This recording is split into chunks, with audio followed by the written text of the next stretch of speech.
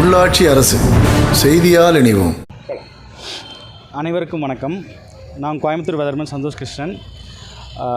புயல் சின்னம் பார்த்திங்கன்னா நம்ம இப்போது பாண்டிச்சேரி வழியாக கிராஸ் ஆகி கோயம்புத்தூருக்கு வர மாதிரி இருக்குது. ஸோ இது பார்த்திங்கன்னா 1977 அப்புறம் பார்த்திங்கன்னா நம்ம கோயம்புத்தூர் வழியாக நம்ம கொங்கு மண்டலம் வழியாக வந்து இந்த புயல் சின்னம் வந்து பயணிக்க போகுது. ஸோ இது பார்த்திங்கன்னா உங்களுக்கு நம்ம ரெயின்ஸ் பார்த்திங்கன்னா கன்ஃபார்மாக ஹெவி ரெயின்ஸ் தான் அதிகமாக எதிர்பார்க்குற மாதிரி இருக்குது. ஸோ கோயம்புத்தூர், திருப்பூர், ஈரோடு, நீலகிரி, நாமக்கல், சேலம், கரூர் அனைத்து கொங்கு மாவட்டங்களுக்கும் பார்த்திங்கன்னா மிக கனமழை பெய்யறதுக்கு வாய்ப்புகள் இருக்குது. மிக கனமழைன்னு பார்த்திங்கன்னா ஒரு 15 சென்டிமீட்டர்லேருந்து ஒரு 25 சென்டிமீட்டர் வரைக்கும் எதிர்பார்க்கலாம். இதுக்கு முன்னாடி 1977 சைக்ளோன் போனப்போ பார்த்திங்கன்னா உங்களுக்கு ஒரு 15 to 20 சென்டிமீட்டர் ரெக்கார்ட் ஆகிருக்கு கோயம்புத்தூரில். மற்ற ஏரியாவில் பார்த்திங்கன்னா அரௌண்ட் 20 சென்டிமீட்டர்ஸ் ரெக்கார்ட் ஆகிருக்கு. ஸோ அதே மாதிரி பார்த்திங்கன்னா ஹெவி ரெயின்ஸ் பாசிபிலிட்டிஸ் அதிகமாக இருக்குது. பொதுவாக பார்த்திங்கன்னா நம்ம கொங்கு மண்டலத்து வழியாக பார்த்திங்கன்னா அதிகமாக சைக்ளோன்ஸ் பாஸ் ஆகாது, ரொம்ப ரேர் ஆக்சுவலாக. ஸோ இது மாதிரி பாஸ் ஆகும்பொழுது அதிக கனமழை இருக்கும். குறிப்பாக சொல்ல போனீங்கன்னா நம்ம நீலகிரியில் வந்து அதீத கனமழை இருக்கலாம்.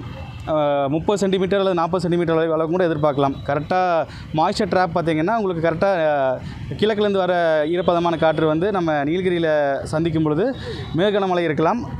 நீலகிரியில் வந்து ஃப்ளட்டிங் பயங்கரமாக இருக்கலாம், லேண்ட்ஸ்லைட்ஸ் இருக்கலாம்.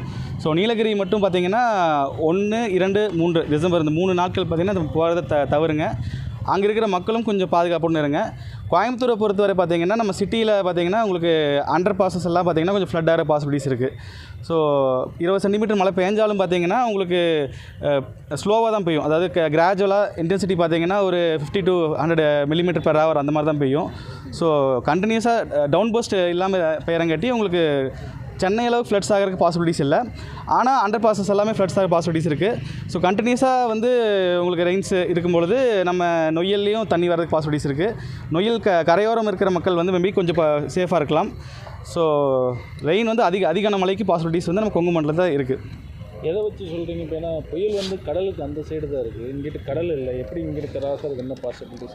வானிலை ஆய்வு மையம் வந்து அந்த சைடு தான் கடந்து போகும், இங்கிட்டு வர மாதிரி எதுவும் சொல்லலை. இப்போ வானிலை ஆய்வு மையம் பார்த்திங்கன்னா இப்போ ஃபஸ்ட்டு ப்ரையாரிட்டி வந்து நம்ம கோஸ்டல் அது கடலோர பகுதிகளுக்கு தான் கொடுப்பாங்க. ஏன்னா அங்கே பார்த்திங்கன்னா ஒரு 30 to 40 சென்டிமீட்டர் மழையளவுக்கு எதிர்பார்க்கலாம்.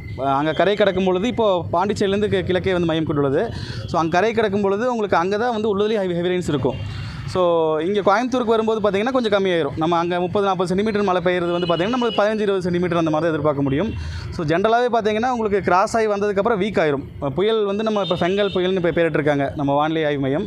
ஸோ அது கிராஸ் ஆகி வந்ததுக்கப்புறம் வலுவிழந்தும் போது நம்ம டிப்ரெஷன் சொல்லுவாங்க, காற்றழுத்த தாழ்வு மண்டலம்னு சொல்லுவாங்க.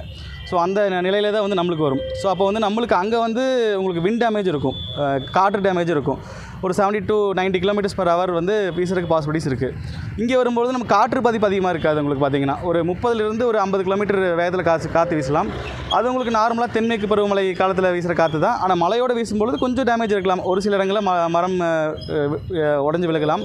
அந்த மாதிரி பாசிபிலிட்டிஸ் இருக்குது. ஸோ இந்த மாதிரி தான் சான்ஸுங்க ஆக்சுவலாக.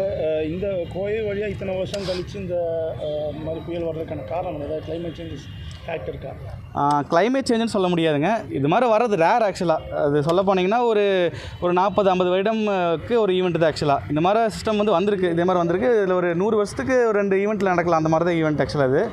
ஸோ இந்த குளோபல் வார்மிங் இந்த மாதிரி கிளைமேட் சேஞ்ச் எல்லாம் பார்த்திங்கன்னா இந்த புயலோட வலுவை வந்து இன்க்ரீஸ் பண்ணுது. முதல்லாம் பார்த்திங்கன்னா கரை கிடக்கும் பொழுது வந்து தீவிர புயலாக இருந்து உள்ளுக்கு நல்லா சீக்கிரம் வலு இழந்துடும். ஸோ இப்போல்லாம் பார்த்திங்கன்னா நல்லா இன்டென்சிஃபை ஆகி கிராஸ் ஆகும்பொழுது இன்டென்சிஃபை ஆகுது. உள்ளுக்கு வந்து வரும்போது நம்ம லோ ப்ரெஷராக இப்போ ஃபஸ்ட்டில் இருந்திருக்கும். இப்போல்லாம் பார்த்திங்கன்னா டிப்ரெஷன் அளவுக்கு பார்த்திங்கன்னா இருக்குது. வலு பார்த்திங்கன்னா கொஞ்சம் கூடுதல் அதிகமாக இருக்கும். அந்த மாதிரி தான் இருக்கும் உங்களுக்கு. அதனால் வந்து ரொம்ப ஹெவி ரெயின்ஸுங்கிறது கோரிலேட் பண்ண முடியாது, சேம் இதை கோரிலேட் பண்ண முடியாது. இப்போ இந்த க்ளவுட் பஸ்ட்டுங்கிற ஒரு இஷ்யூஸ் போயிட்டுருக்கு. ஏன்னா எல்லா இடத்துலையுமே ரொம்ப அதீத மழை வருது அப்படிங்கிற ஒரு பிரச்சனை. சரி, இப்போ ரீசெண்டாக வயநாட்டில் கூட அந்த மாதிரியான க்ளவுட் பஸ் நடந்து ஆமாம் டிசாஸ்டர் நடந்ததெல்லாம் பார்த்துருக்கோம். அந்த மாதிரி க்ளவுட் பஸ் ஏதாவது இங்கே நடக்கிறதுக்கான சான்சஸ் இருக்கா?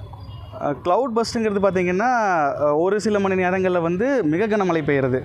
அது பார்த்திங்கன்னா தென்மேற்கு பருவமழை காலத்தில் வந்து அதிகமாக நடக்கும். உங்களுக்கு தென்மேற்கு பருவமழைங்கிறது பெரிய டைனமிக்ஸ் ஆக்சுவலாக. நம்ம இப்போ வந்து வடகிழக்கு பருவமழை காலத்தில் இருக்கிறோம். அக்டோபர் to டிசம்பர் வடகிழக்கு பருவமழை காலம், ஜூன் to செப்டம்பர் தென்மேற்கு பருவமழை காலம். அப்போ தான் அதிகமான சான்ஸ் தென்மேற்கு பருவமழை காலத்தில் தான் அதிகமான வாய்ப்புகள் ஆக்சுவலாக. ஸோ வடகிழக்கு பருவமழை காலத்தில் புயல் சலனங்கள் வச்சு தான் ரெயின்ஸ் இருக்கும் ஆக்சுவலாக. அந்த மாதிரி இருக்கும்பொழுது அது க்ளவுட் பஸ்ன்னு சொல்ல முடியாது. அந்த புயல் சின்னம் வந்து நம்ம ஏரியா வரும்பொழுது மழை வந்து உங்களுக்கு நார்மலாக ஒரு 15 சென்டிமீட்டர் 20 சென்டிமீட்டர் பெய்யுறது நார்மல் தான்.